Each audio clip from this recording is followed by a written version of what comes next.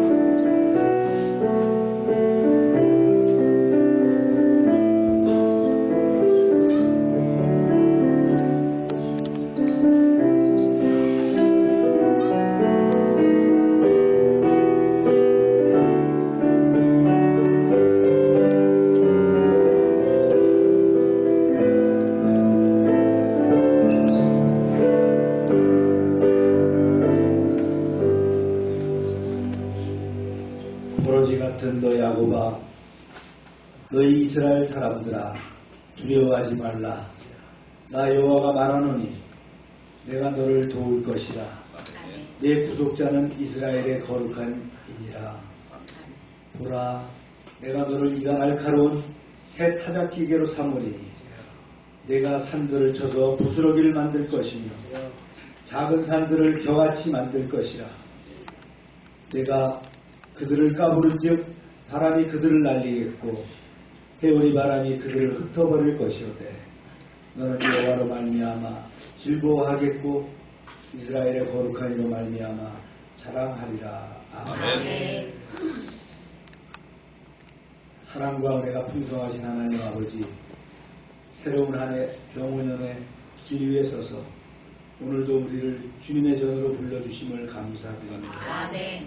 주님, 새로운 마음과 새로운 계획을 품고 나아가는 이 시간, 두려움에 머무르지 않게 하시고 믿음으로 담대히 주님과 동행하는 한 해가 되게 하옵소서. 아멘. 불확실한 세상 속에서도 우리의 시선을 환경이 아닌 주님께 고정하게 하시며 말씀과 기도로 하루하루를 세워가는 은혜를 허락하여 주옵소서. 아멘. 이 한 해 동안 우리의 가정 위에 주님의 평안이 임하게 하시고 직장과 사업장 가운데 지혜와 성실함을 더하셔서 수고의 자리마다 정직한 열매가 맺히게 하여 주옵소서. 아멘. 계획한 일마다 주님의 뜻 안에서 분별하게 하시고 기도한 제목끼리 때를 따라 응답받는 기쁨을 누리게 하옵소서. 아멘. 특별히 추운 한파 속에서도 조국을 지키는 군복무하는 우리의 아들들을 기억하여 주시고 그들의 몸과 마음을 강건하게 붙들어 주시며 훈련과 임무 가운데서도 사고 없이 보호하여 주시며 멀리 있어도 부모의 기도와 주님의 손길 안에 있음을 날마다 경험하게 하옵소서.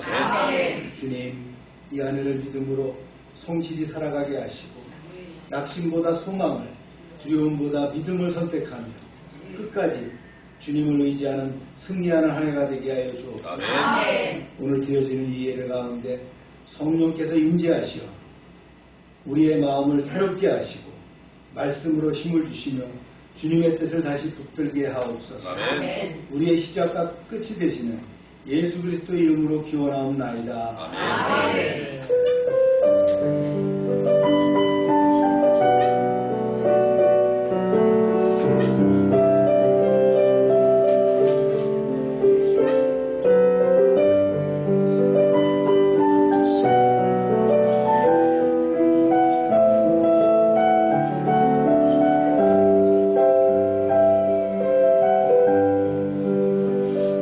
전능하사 천지를 만드신 하나님 아버지를 내가 믿사오며 그의 아들 우주 예수 그리스도를 믿사오니 이는 성령으로 잉태하사 동정녀 마리아 나시고 본디오 빌라도에게 고난을 받으사 십자가에 못 박혀 죽으시고 장사한 뒤 사흘 만에 죽은 자 가운데서 다시 살아나시며 하늘에 오르사 전능하신 하나님 우편한 데 있사 저희로서 산자와 죽은 자를 심판하러 오시리라. 성령을 믿사오며 거룩한 공예와 성소가 서로 드러나는 것과 죄인의 사는 죽는 것과 몸을 사는 것과 영원히 사는 것을 믿사옵나이다. 아멘. 자리에 앉으시기 바랍니다.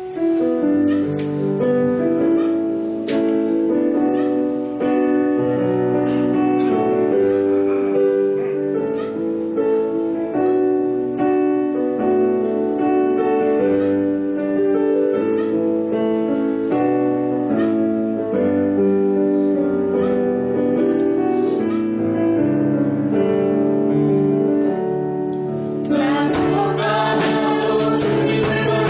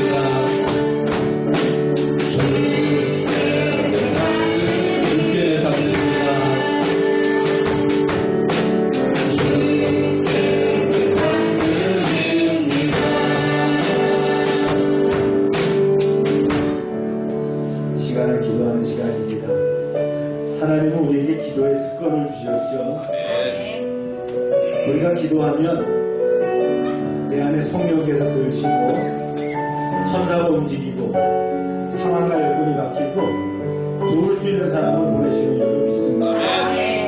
우리 기도의 제목을 주님 앞에 내놓고 기도합시다. 주여 하고 기도합니다. 주여.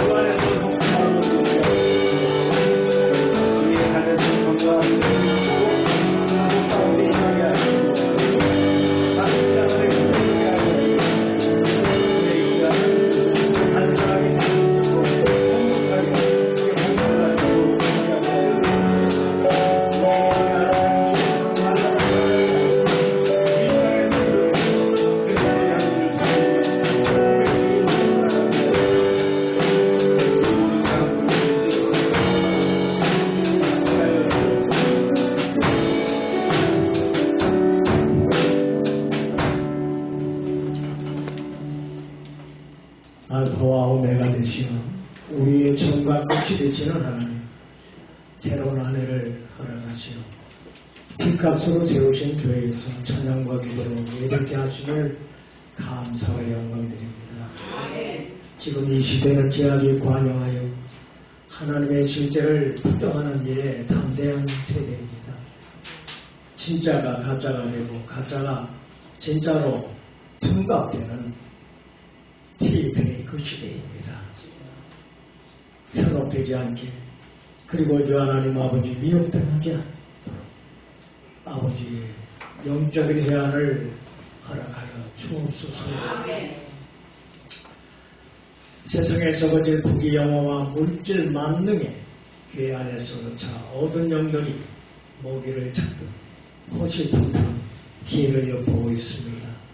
간구하옵나니 오직 성령이 말할 수 없는 탄식으로 우리를 위하여 친히 간구하실 때 우리 연약함을 도와주시고 마땅히 빌바를 알지 못한 것까지 넉넉히 채워주실 것을 간구합니다. 태녀 만에 하나 육신의 수욕을 앞세우고 헛된 영광을 구하다가 서로 격동하거나 투기하지 않도록 하나님 말씀 안에 하나 되게 하옵소서. 열방교회를 위해 기도합니다. 비록 교세는 여러모로 유약합니다. 수많은 교회에게 이르신 말씀을 기억합니다. 내가 내 환난과 궁핍을 알거니와 실상은 내가 부유한 자니라. 내가 죽도록 충성하라. 그리하면 내가 생명의 관을 내게 주리라는 언약입니다. 믿습니다. 하나님의 그 뜻은 반드시 정해진 때가 있음을 알기 때문입니다. 제 한 사람 한 사람이 교회의 주역이 되게 은총 나려 주시옵시고 능력과 성장이심을 허락하여 주시옵소서. 세우신 교회 성장 동력에 일당백이 되게 하시고 한 사람 한 사람이 주 하나님 아버지 말씀대로 죽도록 충성함으로 하늘의 멸류관을 주여 보장받는 귀한 믿음으로 승리케 하여 주시옵소서. 이제 불가피한 상황에서도 해치는 자가 되지 않게 하시고 희생하는 사랑 안에서 하나 되게 하옵소서. 이 시간 드려지는 예배가 하나님이 기뻐 받으시는 산제사가 되게 하옵소서. 길이요 진리요 생명이신 예수님의 귀하신 이름으로 기도합니다. 아멘.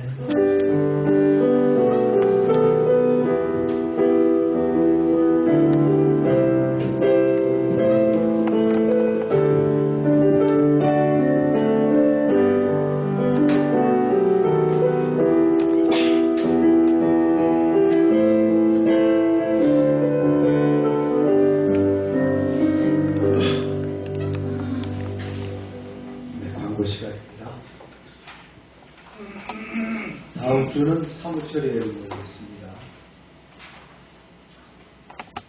여러분 큐티 그 다음에 전도하는 생활 성실해 주시고요.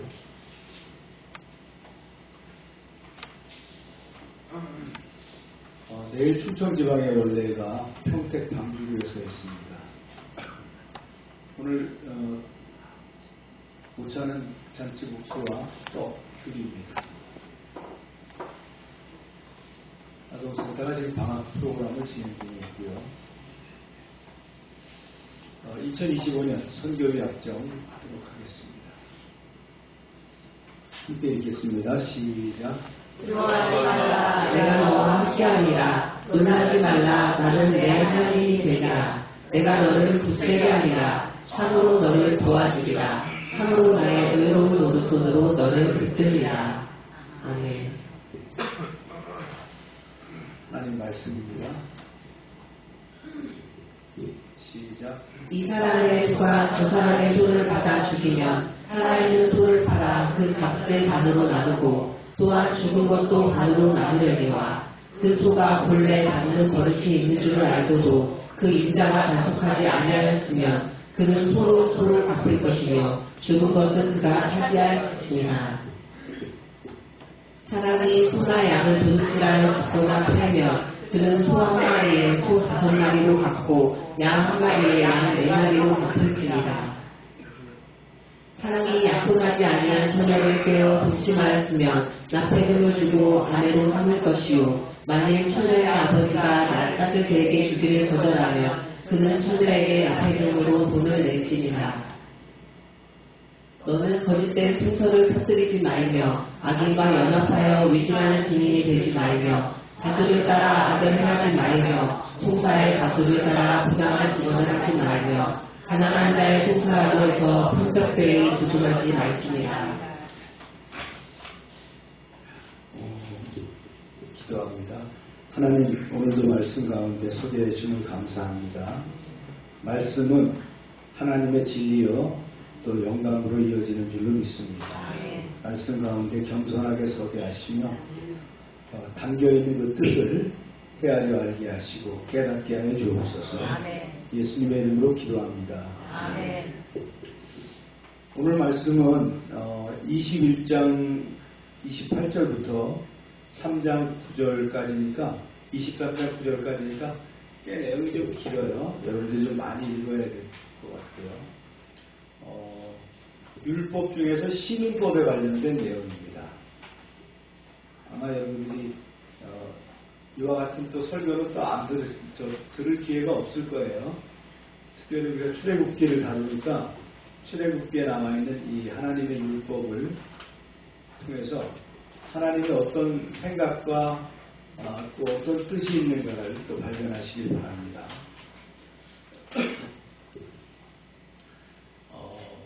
법은 어렵습니다. 쉬운 게 아니죠. 특히 이제 법을 공부하는 사람들은 공부를 많이 해야 돼요. 우리나라 같은 경우는 이제 판사, 변호사, 검사가 되려면 공부를 많이 해야 되잖아요. 왜냐하면 법전을 일단 외워야 되니까. 거기 나와있는 용어들도 어렵고 말이죠. 어떻게 생각해보면 인공지능 시대에 굳이 이렇게 공부를 많이 해야 될 필요가 있나 이런 생각을 해봅니다. 제가 장교로 근무하면서 국군본부에서 정책 실무관 할 때 제가 담당했던 것이 장교들의 또 장교 부사관들의 교육이었어요. 교육. 그래서 육군에 보면은 그 당시에는 약 840지기의 그 박사 학위가 있었어요. 육군 안에 박사가 있어야 할 곳이 한 840지기가 있어서 그 사람들이 이제 공부를 시키죠. 대부분 이제 한국에서 공부시키는 것보다 이제 외국에 나가서 공부를 시켜요. 유학을 보내서 이제 박사학위를 따서 오도록 이렇게 하는데 또 이제 그 법무장교도 필요하잖아요. 그럼 법무장교는 고시를 패스해야 되니까 저는 육군이었으니까 육군에서 이제 육사 출신 육사에서 공부를 잘하는 학생 육사에서 한 3학년 때 공부를 제일 잘하는 학생을 뽑아가지고 서울대 법대를 보내요. 위탁교육을. 서울대 법대를 보내면 거기서 이제 공부를 해가지고 고시를 보게 합니다. 근데 의사는 되더라고요. 육사에서 뽑아가지고 서울대 의대를 보내면 의사고시가 합격하고 과정을 다 나오는데 판검사는 안 되는 거예요. 이게. 그래서 제가 이제 공부하는 학생들을 불러다가 간담회를 한번 해봤어요. 야, 어떻게 이렇게 국가에서 돈을 내주고 너희 지원해 주는데 왜 이게 합격률이 낮냐 그러니까 자기들도 최선을 다하는데 어렵다는 거예요. 그만큼 이 고시에 패스한다는 것이 어렵다는 그런 얘기를 들었는데 오늘은 뭐 그렇게 어려운 내용은 아닙니다. 하나님께서 주신 율법인데 이게 시민법이거든요.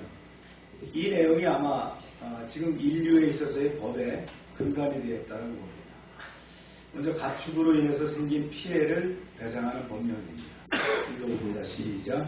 소가 남자나 여자를 받아서 죽이면 그 소를 반드시 돌로 쳐서 죽일 것이요 그 고기는 먹지 말 것이며 인자는 형벌을 면하려니와. 모세율법의 항목은 가축들도 적용이 되는데 황소가 풀로 사람을 들이받아 죽게 하면 그 황소를 어떻게 처리해야 될까? 두 가지 해결 방식이 있습니다.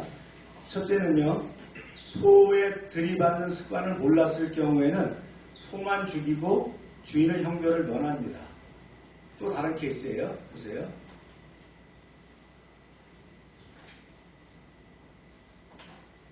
소가 본래 받은 것이 있고 그 인자는 그로 말미암아 벌을 받았을 그것을 하지 않으려 남자를 막론하고 받아 죽이면 그 소는 돌로 쳐 죽일 것이고 인자도 죽일 것이며 만일 그에게 속죄금을 부과하면 무릇 그 명령한 것을 생명의 대가로 낼 것이요 아들을 받든지 딸을 받든지 이 법규대로 그 인자에게 행할 것이며. 오늘 말씀에 여러분이 이런 법이 있구나라는 걸 그냥 듣기만 하시면 돼요. 제2항은 소가 들이받는 습관이 있어요. 그런데 주인이 이전에 주의를 받았는데도 그 소를 단속하지 않았을 경우에는 주인에게 살인죄가 적용됩니다. 단 피해자 가족이 배상을 원할 경우에는 요구된 배상액을 지불하고 사용을 면합니다. 그래서 피해자가 남자냐 여자냐 아들이냐 딸이냐 관계없이 법적인 책임이 달라지지 않는다는 거예요. 계속합니다. 소가 만일 남종이나 여종을 받으면 그 인자가 은 30세겔을 그의 생존에게 줄 것이요 소는 돌로 쳐서 죽일지니라.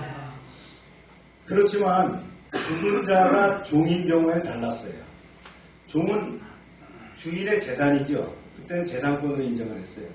그래서 당시 종의 몸값에 해당되는 은 30개, 즉 은 33개를 주면 되는 거예요. 여기서 이제 은 30세겔이라고 하면 1세겔이 얼마가 되느냐면 노동자의 4일치 급여와 같습니다. 10만 원씩 따진다면 40만 원이고요. 30세겔이니까 얼마예요? 1200만 원. 그 당시에 종의 몸값은 얼마였다고요? 네, 1200만 원 정도 됐어요. 예수님 몸값이 얼마였어요? 예수님도 30세겔이었어요. 그렇죠? 그 다음 말씀입니다.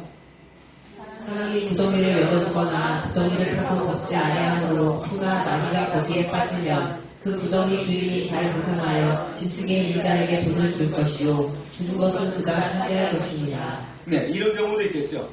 구덩이를 파놨는데 거기 다른 짐승이 와갖고 죽었단 말이죠. 35절입니다.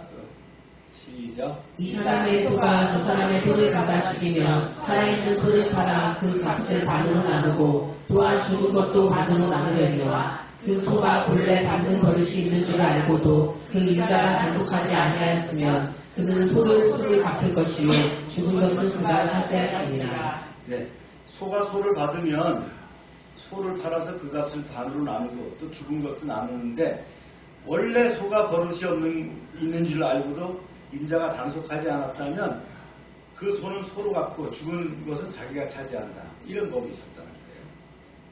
이게 보상법이죠. 주인의 의무불로 인해서 상대방에게 피해를 줬을 때에 그에 상응하는 대가를 지불하도록 되어 있다는 거예요. 그래서 이제 여기서 이제 중요하게 여기는 것이 뭐냐면요. 모세율법에서 알고 있느냐 모르고 있느냐 인지하고 있느냐는 거죠.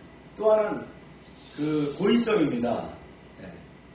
일부러 그랬느냐 아니면 실수로 했느냐 이거에 따라서 이제 달라지게 되어 있었다는 거예요. 그 다음에 이제 각종 재산 침해에 대한 손해배상법입니다. 도둑질이에요. 먼저 시작. 사람이 소나 양을 도둑질하여 잡거나 팔면 그는 소 한 마리에 소 5마리로 갚고 양 한 마리에 양 4마리로 갚을지니라. 이웃의 소나 양을 훔쳐서 조사하거나 내다 판 것이 들통이 나면 소는 한 마리당 5마리를, 양은 한 마리당 4마리를 갚아줘야 된다. 요새도 이런 법이 있나요?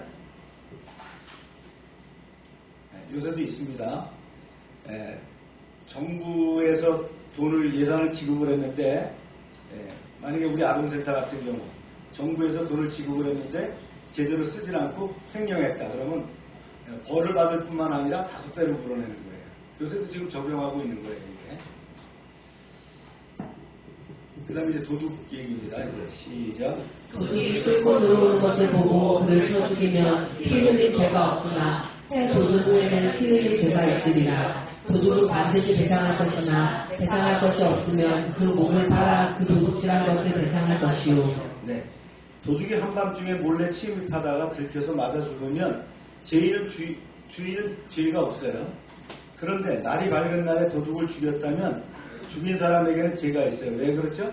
바인방어를 했다. 지금도 이제 우리 법에 이런 제목들이 있어요.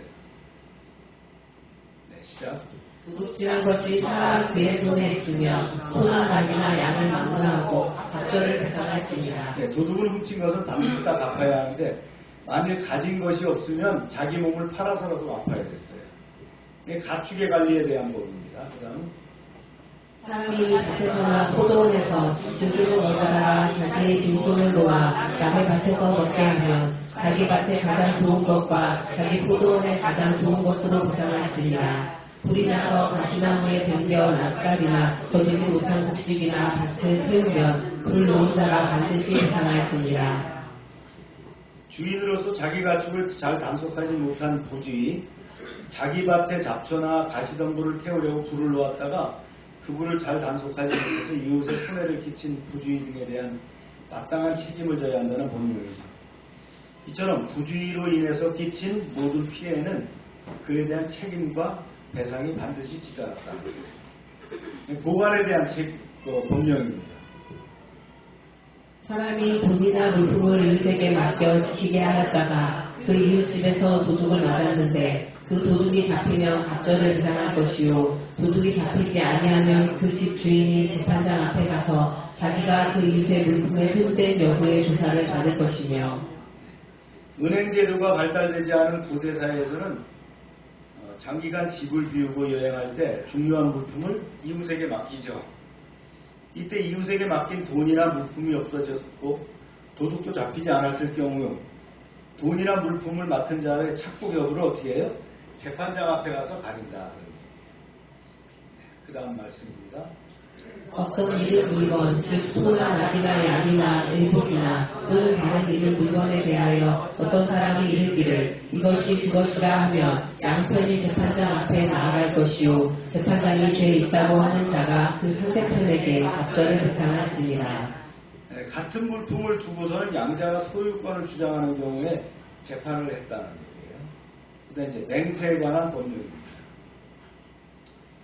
사람이 낙이나 소나 양이나 다른 짐승을 이웃에게 맡겨 지키게 하였다가 죽거나 상하거나 끌려가도 본 사람이 없으면 두 사람 사이에 맡은 자가 이웃의 것에 손을 대지 아니하였다고 여호와께 맹세할 것이요 그 인자는 그대로 믿을 것이며 그 사람은 배상하지 아니하려니와. 네, 계속 읽을까요? 시작. 만일 자기에게서 도둑 맞았으면 그 인자에게 배상할 것이며 만일 찢겼으면 그것을 가져다가 증언할 것이요 그 찢긴 것에 대하여 배상하지 아니할지니라. 네. 당사자들은 최종적으로 하나님께 대한 맹세로 문제를 해결했어요. 시브리 사람들에게 맹세라는 건 뭡니까? 여호와의 거룩한 이름을 걸고 하는 거기 때문에 만약 이것을 어기게 되면 제3계명을 어긴 것에 해당되는 중도를 받게 됩니다. 우리도 이게 비슷한 법이 있죠?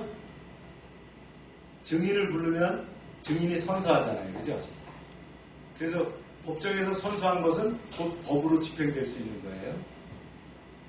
그 다음 이제 빌려온 가축에 대한 법령이 또 있습니다. 만일 이웃에게 빌려온 것이 그 인자가 함께 있지 아니할 때에 상하거나 죽으면 반드시 배상하려니와 그 인자가 그것을 함께 있었으면 배상하지 아니할지니라. 만일 새 낸 것이면 새로운 족하니라. 이웃에게 가축을 빌려왔는데 그 가축이 다치거나 죽는다면 가축을 빌린 사람은 가축 주인에게 배상해야 합니다. 하지만 가축 주인이 그 가축과 함께 있었다면 배상할 필요가 없어요. 만일 그 가축에 대해 돈을 주기로 하고 빌린 것이라면 가축 주인에게 약속한 돈을 내는 것으로 배상하면 됩니다. 그 다음에 이제 윤리와 종교에 관한 성결법입니다. 조금 성격이 달라요, 이건요. 볼까요? 시작. 사람이 약혼하지 아니한 처녀를 꿰어 독침하였으면 낙태죽을 주고 아내로 삼을 것이요 만일 처녀의 아버지가 딸을 그에게 주기를 거절하면 그는 처녀에게 낙태금으로 돈을 낼지니라.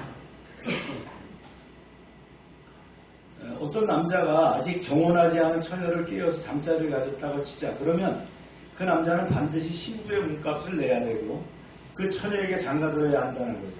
하지만 그 처녀의 아버지가 자기 딸을 그 남자에게 주겠다고 하면 그 남자는 처녀 몸값만 그 남자에게 그 아버지에게 지불해야 한다. 이런 얘기입니다. 납폐금이라고 하는 것은 결혼 지참금 같은 그런 돈이에요. 당시 얼마나 줬느냐? 장인에게 돈 얼마나 줬느냐? 50세겔입니다. 종의 몸값보다 더 줬어요. 그죠? 종의 몸값은 30세겔이었죠. 그 다음에 이제 아주 사형에 처하라는 얘기입니다. 시작. 너는 무당을 살려두지 말라. 짐승과 행동하는 자는 반드시 죽일지니라. 여호와 외에 다른 신에게 제사를 드리는 자는 멸할지니라. 이스라엘 공동체에서 사형으로 엄을 다스려야 할 세 가지 사항이 여기 연달아 나오는데 무당입니다. 그 다음 수간자 그리고 우상숭배자. 인간의 영혼을 미혹하고 사냥하는 무당은 하나님의 절대 주권에 도전하는 자이기 때문에 사형에 처합니다. 그 다음 짐승과 교접하는 자는 수간자죠. 하나님의 형상과 모양대로 지음받은 존귀한 인간을 짐승과 동일시했으므로 하나님의 거룩함을 훼손했다고 해서 사형입니다. 또 새와 나무, 돌로 만든 우상을 숭배하는 자도 하나님의 유일성을 부정하는 자이기 때문에 엄벌의 대상이었다. 그렇기 때문에 이스라엘 사회에서 반드시 제거해야 했습니다. 무엇보다도 이런 자들은 자신뿐만 아니라 이스라엘 공동체를 오염시킬 수 있다고 해서 아주 강력하게 징벌을 했습니다. 그 다음에 이제 소외된 이웃에 대한 자비와 긍휼을 베풀라는 법입니다.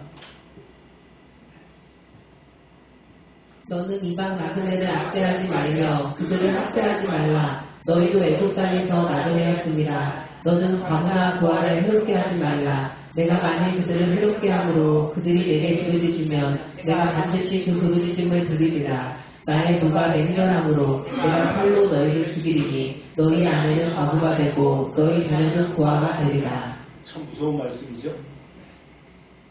모세야, 너희는 이집 땅에서 나그네로 지냈음을 잊지 말고 너희 가운데 기거하는 나그네를 괴롭히거나 학대하지 말라. 또 과부나 고아를 못살게 굴지 마라. 만일 너희가 그런 자들을 학대함으로 그들이 내게 부르짖으면 나는 반드시 그들의 호소를 들어주어서 너희를 칼에 쓰러지게 할 것이다. 그러면 너희 아내는 과부가 되고 너희 자식은 고아가 될 거야. 이렇게 말씀하십니다. 히브리 사상 중에서 중요한 게 이 내용입니다. 나그네를 접대하라는 거. 그 다음에 과부나 고아를 긍휼히 여기라는 거. 25절 말씀이에요. 시작. 내가 만일 너와 함께한 내 백성 중에서 가난한 자에게 돈을 부어주면 너는 그에게 채권자같이 하지 말며 이자를 받지 말 것이며. 네. 또 너희가 가난한 동족에게 돈을 빌려주었다면 그에게 모진 사채업자처럼 굴지 말고 높은 이자를 받지 않도록 해라. 이자 받지 말라는 거예요. 동족끼리는. 그 다음 말씀이에요. 내가 만일 이웃의 옷을 전당 샀거든 해가 지기 전에 그에게 돌려보내라. 그것이 유일한 옷이라. 그것이 그의 알몸을 가릴 옷인즉 그가 무엇을 입고 자겠느냐. 그가 내게 부르짖으면 내가 들으리니 나는 자비로운 자이니라. 네, 하나님의 자비가 여기다 포함되어 있죠. 그 당시 사람들의 그 겉옷이라는 건 뭐예요? 이불다 같은 거예요. 잘 때 그냥 그걸로 입고 자는 거거든요. 근데 그걸 전당을 잡혔다면 해지기 전에 돌려줘라는 얘기예요. 그렇죠? 어떻게 이불도 없이 잘 수 있겠어? 이런 얘기나 마찬가지입니다. 소외되고 연약한 가난한 자들에 대한 그 인정 없이 모질고 쌀쌀을 맞게 굴지 말라는 그런 뜻이죠. 그 다음 28절입니다. 시작. 너는 재판장을 모독하지 말며 백성의 지도자를 저주하지 말지니라. 네, 재판관을 욕하지 말고 지도자에 대해서 악담하지 말아라. 그 다음 말씀이에요. 너는 내가 수수한 것과 내가 짜낸 집을 바치기를 더디하지 말지며 내 처음 난 아들들을 내게 줄지며 내 소와 양도 그와 같이 하되 이래 동안 어미와 함께 있게 하다가 여드레 말에 내게 줄지니라. 너희는 거두어들인 농작물이 처음 것이나 포도즙을 짤 때 처음 나오는 것은 지체 없이 내게 바쳐야 한다. 천물이죠. 천물을 바치는 거야. 그랬어요? 또한 너희 맏아들도 내게 바쳐야 한다. 마찬가지로 너희 소나 양의 첫 새끼도 내게 바칠 때 2일 동안은 어미 품에 두었다가 여드레째 되는 날에 바쳐라. 바친다는 거는 양이 있는데 양이 첫 배를 낳았어요. 그러면 그거를 하나님께 드린다 그런 얘기입니다. 그럼 첫째 아들을 낳았어요. 하나님께 어떻게 드려요? 네. 주의 종으로 드리라는 얘기가 아니고요. 돈으로 내게 돼 있어요. 속전으로. 그걸 속전이라고 합니다. 그게 은 5개, 은 5세겔을 낸다. 그럼 은 5세겔이면 우리나라 돈으로 얼마가 된다 그랬어요? 1세겔이 40만 원이면 5세겔이면 한 200만 원 정도를 장자가 낳게 되면 하나님께 드린다. 이런 얘기입니다. 그런데 왜 1회 동안은 어미젖을 빨도록 했느냐? 가축도 이래 동안은 그 어미의 젖을 빨아야 살거든요. 그렇죠? 그 다음에는 이제 분리해도 된다 그런 얘기예요. 그 다음에 공의와 자비에 관한 법령입니다. 너희는 내게 거룩한 사람이 될지니 그래서 짐승에게 찢긴 동물의 고기를 먹지 말고 그것을 배에 던질지니라. 네. 들에서도 그 찢긴 짐승을 잡아도 먹지 않습니다. 왜냐하면 오염될 수가 있기 때문에 그렇죠. 그 다음에 이제 공의와 자비에 대한 법령. 첫 번째.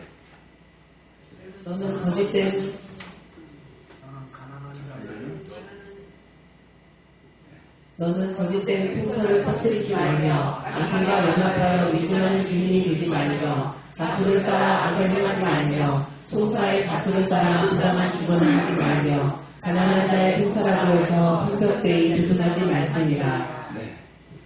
너희는 거짓 소문을 퍼뜨리지 마라. 또 부당한 증언을 하여 악한 사람들을 이롭게 해서는 안 된다. 재판장에서 증언할 때 다수를 쫓아 왜곡된 증언을 해서는 안 된다. 가난한 사람이라고 무조건 편들어줘서도 안 된다. 또한 가난한 사람의 송사라고 그에게 불리한 재판을 했어도 안 된다. 이런 말씀입니다. 지금도 소문을 많이 퍼뜨리죠? 뭘로요? 저도 가끔 유튜브를 보면 아주 막 황당한 얘기를 이렇게 써서 어그로를 끌려고 하는 그런 게 있는데 이 시대에도 이제 그런 것들 하지 말라는 거예요. 6절 말씀입니다. 시작. 너는 가난한 자의 풍사라고 정의를 굽게 하지 말며 거짓일을 멀리하며 무죄한 자와 의로운 자를 죽이지 말라. 나는 자기는 의롭다 하지 아니하겠노라. 네. 거짓된 고발에 휘둘리지 말고 죄 없는 사람과 정직한 사람에게 유죄를 판결해서는 안 된다. 나는 그런 악한 자들을 용납하지 않을 것이다. 이렇게 말씀하시는 거예요. 이제 8절 말씀 뇌물에 대해서 얘기합니다.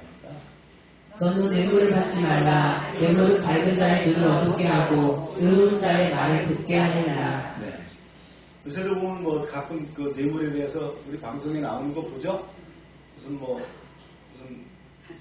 시도의원 나온다 그래갖고 뭐 1억 원을 갖다 줬다 뭐 그래갖고 뭐 난리가 나는 그런 얘기들 보는데 여기서 재판관은 뇌물을 받지 마라. 뇌물은 현명한 사람을 눈을 멀게 하고 의로운 사람의 말을 왜곡시키기 때문이다. 그런 얘기입니다.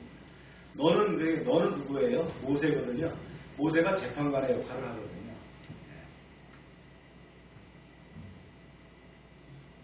이게 이제 제9계명에 관련된 거죠. 너는 너의 이웃에 대해서 거짓 증언하지 말아라. 그 다음 계속합니다. 시작. 내가 만일 내 원수의 기르는 소나 나귀를 보거든 반드시 그 사람에게로 돌리시며 내가 만일 너를 미워하는 자의 나귀가 짐을 싣고 엎드러짐을 보거든 그것을 버려두지 말고 그것을 도와 그 짐을 부릴지니라. 네. 원수의 소나 나귀가 길을 잃고 헤매는 것을 보거든 그 가축을 인자하게 끌어다 주어라. 또 너희를 미워하는 자의 나귀가 무거운 짐을 지고 가다가 쓰러진 것을 보거든 내버려 두지 말고 나귀를 이렇게 세우는 것을 힘껏 거들어 주어라. 이런 얘기입니다. 9절 말씀 시작. 너는 이방 나그네를 압제하지 말라. 너희가 애국 땅에서 나그네 되었은즉 나그네의 사정을 아느니라. 네, 나그네에 대해서 더 이제 강조를 했죠. 우리도 이제 외국인들이 한국에 많이 들어와서 일을 하고 있어요. 좀 안타까울 때가 있어요. 농촌에 간 사람들이 와서 임금도 제대로 못 받았다 이런 경우도 있고 좀 안타깝죠. 나그네에 대해서 압제하지 말아라. 이게 하나님의 법이었습니다. 이걸 정리 한번 해서 이제 정리하면서 또 나눠볼까요? 첫 번째가 가축으로 인해서 피해가 생겼을 경우에 어떻게 하느냐.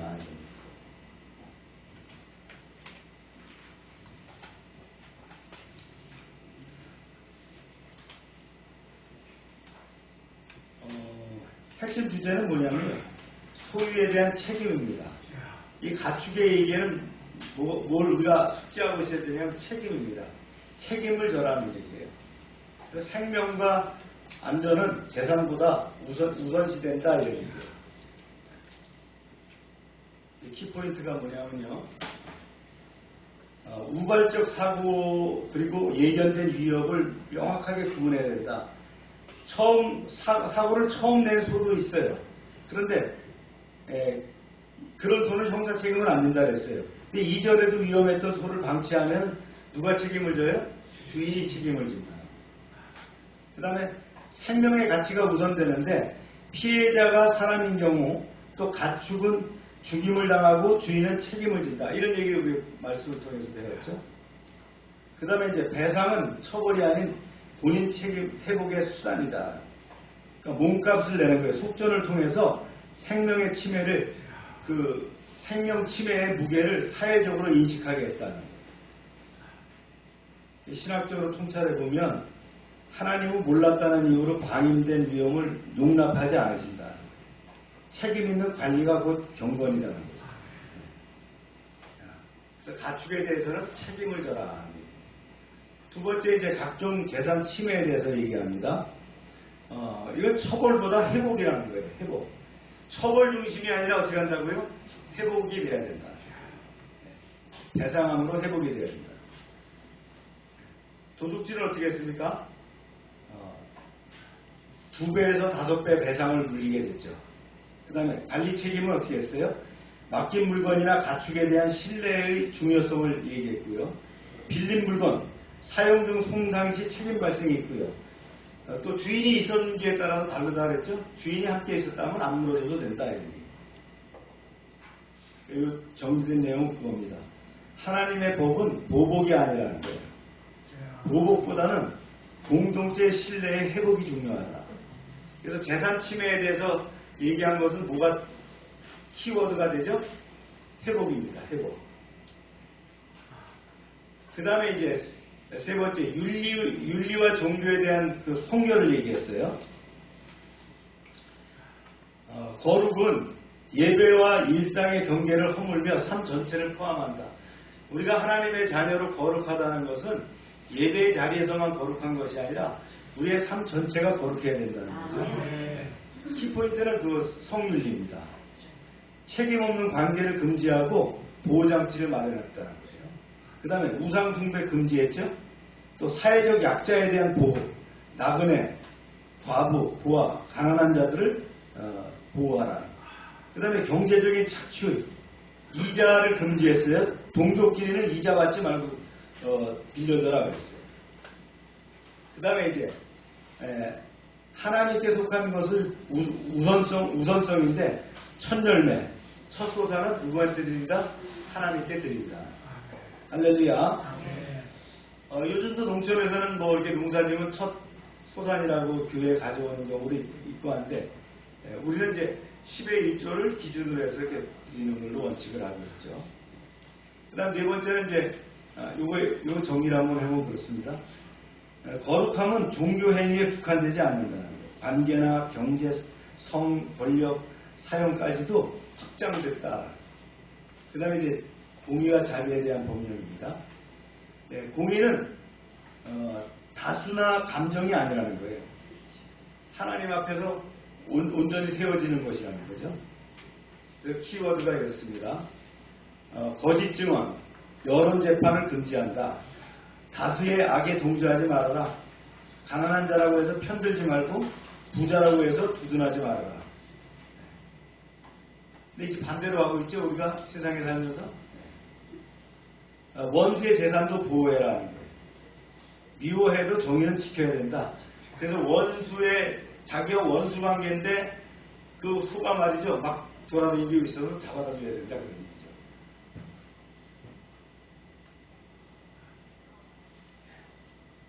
하나님의 공의는 편파적 동정도 냉혹한 중립도 아니라는 거예요. 진리 위에서는 자비다. 이걸 이제 한 문장으로 말씀을 드리면 이렇습니다. 읽어볼까요? 이때 시작. 자유인이 된 하나님의 백성이 생명, 재산, 관계, 재판의 모든 영역에서 책임, 회복, 거룩, 공의로 살아가도록 부르시는 공동체 윤리 문장. 네.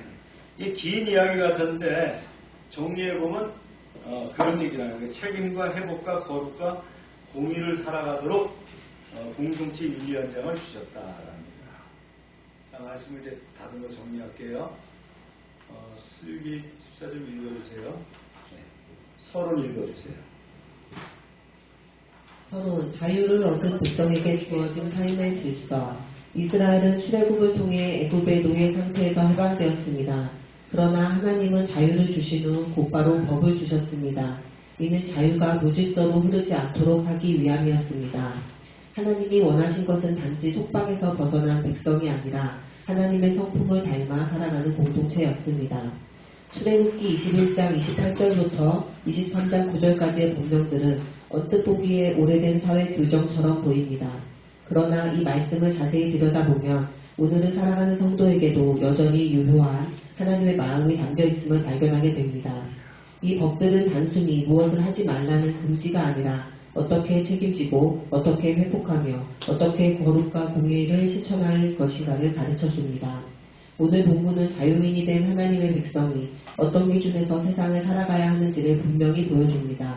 우리는 이 말씀을 통해 우리의 삶과 신앙을 다시 점검해 보고자 합니다. 네. 첫 번째가요. 책임을 묻는 하나님이라는 거예요.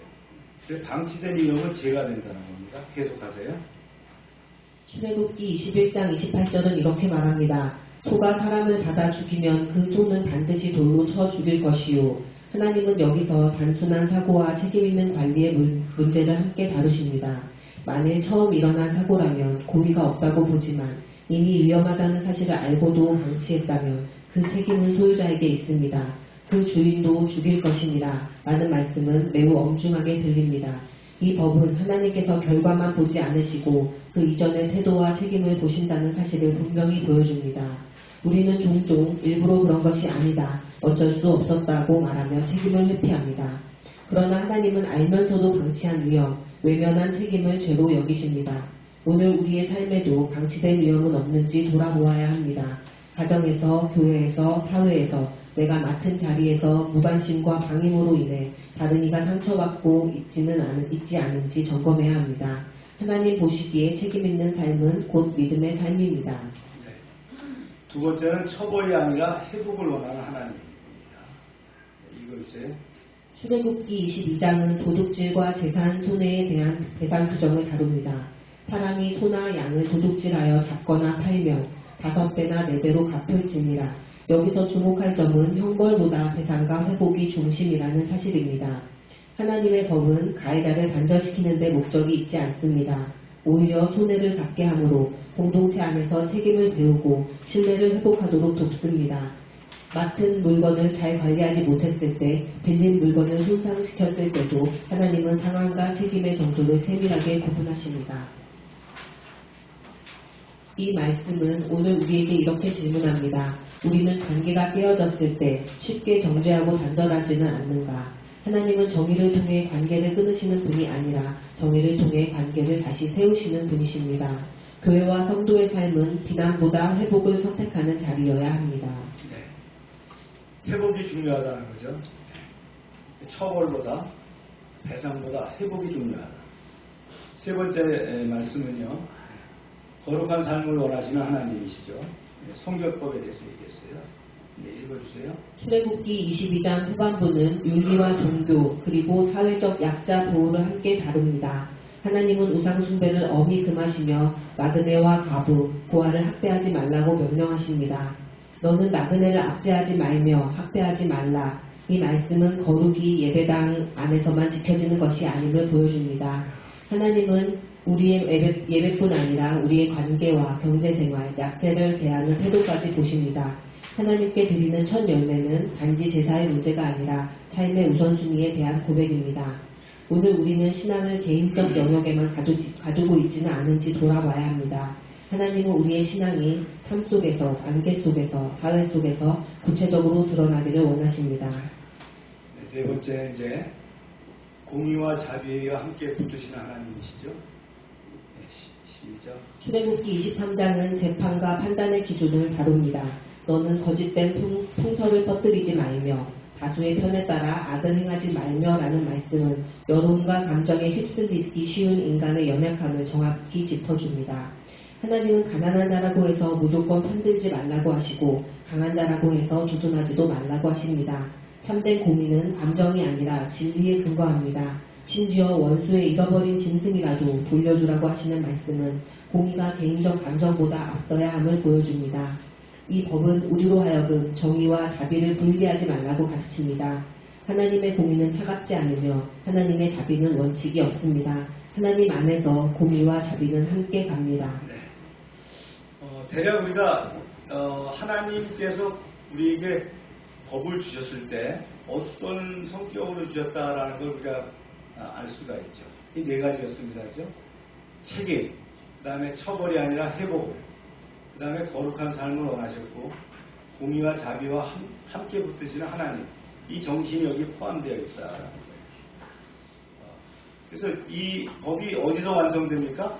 예수 그리스도 안에서 완성이 되는 거예요. 그래서 주님은 우리의 죄값을 대신 지시고 회복의 길을 여셨습니다. 이제 우리는 그 은혜를 받은 자로서 하나님의 성품을 세상에 널리 펴면서 살아가야 될 줄로 믿습니다. 자, 요약한 그림이 이거죠. 오늘 이 말씀이 우리의 각자의 삶과 가정, 교회와 사회 속에서 구체적인 결단으로 이어지기를 소망합니다. 책임 있는 자유인으로서 회복을 이루는 공동체로서 거룩과 공의를 실천하는 하나님의 백성으로 살아가기를 주님의 이름으로 축원합니다. 기도합시다.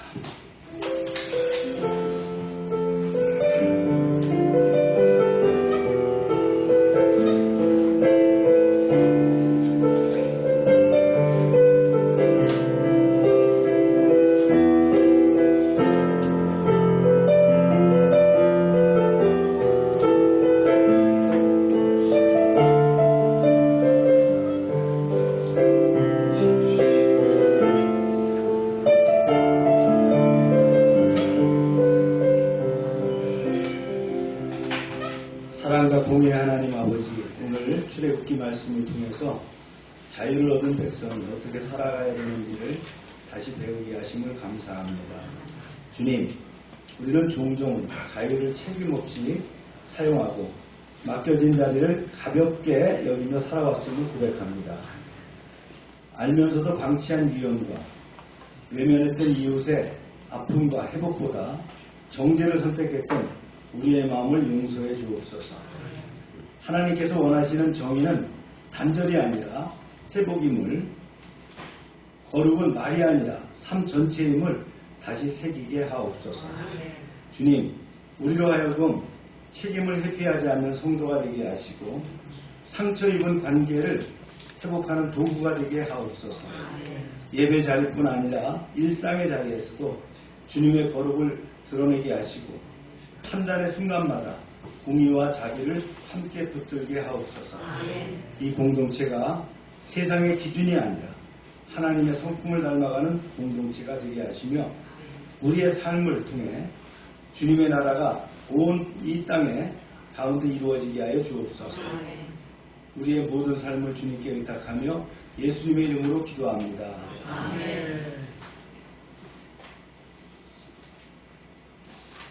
지난주에 내가 숙제 줬었는데 이 연서 다 외웠나요? 응? 한번 해볼래?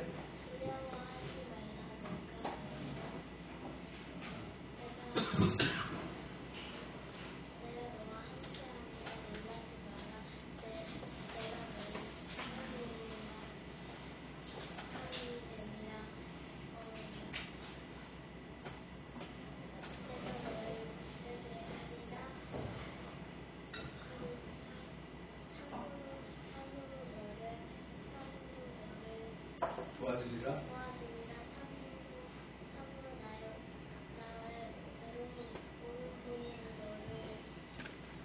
붙들리라.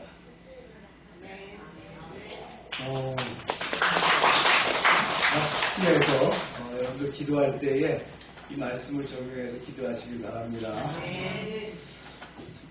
다 같이 일어나셔서 찬송을 부릅니다.